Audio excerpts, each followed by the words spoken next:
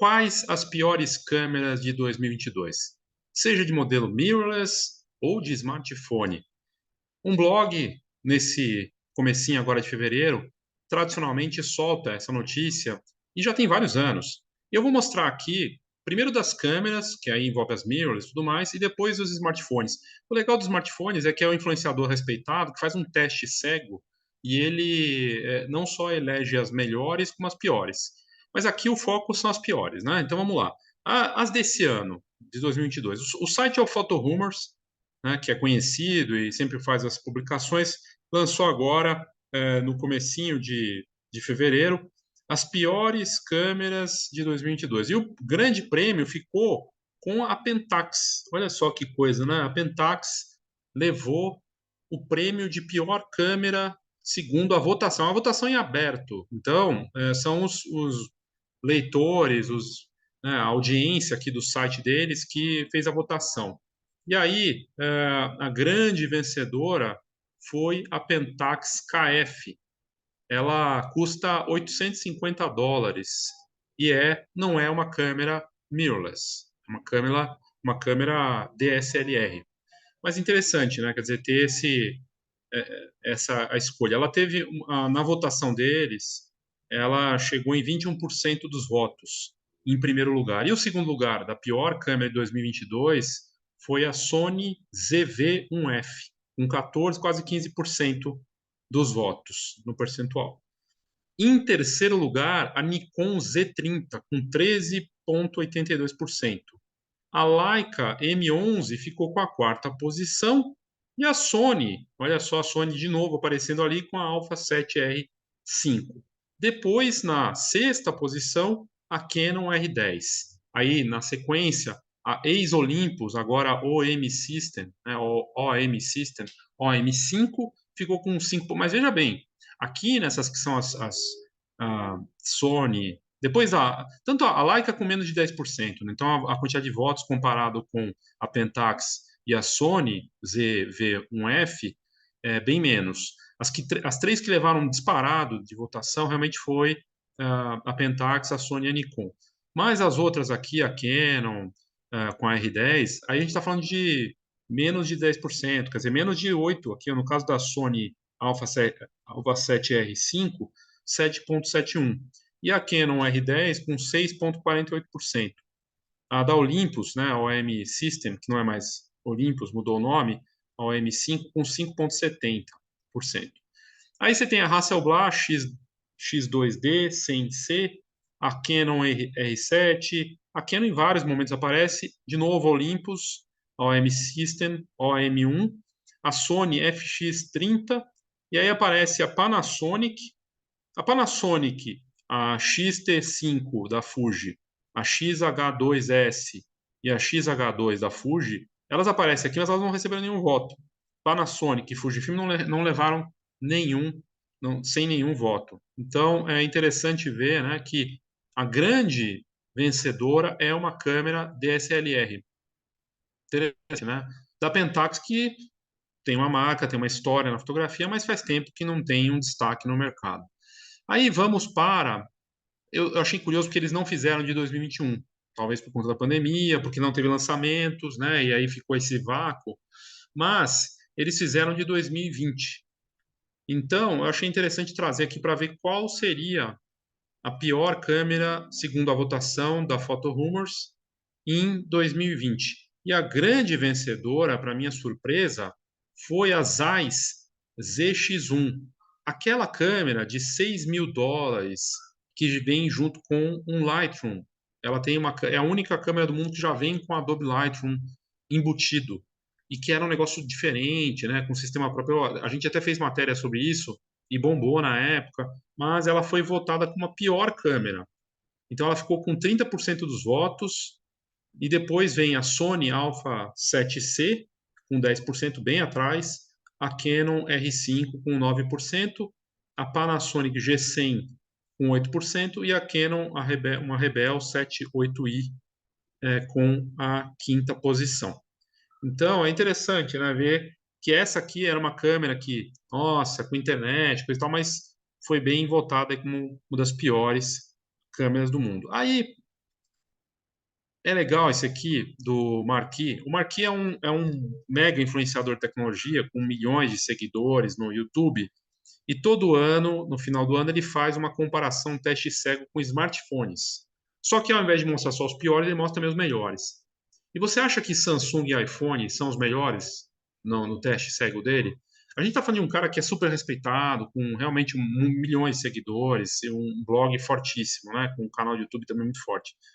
E aí, na experiência dele, do Marquis, que é conhecido como MKBHD, né? Ele fez esse teste dele e ele tem feito isso faz vários anos. E na competição dele, ele colocou 16 modelos de smartphone para comparar as fotografias. É um teste cego. E esse teste cego causou de novo. A gente está falando do Marcus Brownlee, né, um youtuber americano. E, enfim, vamos ver o que deu de resultado aqui. Talvez você não tenha visto isso. Eu achei interessante. Tem até um vídeo que mostra o teste comparativo dele, que ele mostra até qual que é o melhor smartphone. O grande vencedor no teste dele, e não é a primeira vez, Pixel 6a, Pixel do Google. Eu já ouvi falar disso, que o Pixel do Google é o melhor smartphone do mundo para fotografar, mas ele está disponível nos Estados Unidos e em outros países. No Brasil não tem. A não ser que você vá lá comprar e depois traga, né? O Pixel 7 Pro está em segundo lugar, também do Google. O Google foi muito visionário na frente na astrofotografia com smartphone, coisa que a gente só está vendo agora, Samsung lançando o S23 agora com esse recurso. E aí, em terceiro lugar, ficou Asus Zenfone 9, né? Então, e olha só que curioso, todos aqui da lista são modelos que nem são tão de marcas tão líderes assim, né? Oppo com o X5 Pro e o S22 Ultra, ele ficou na quinta posição. O Realme 10 Pro mais ficou com a sexta.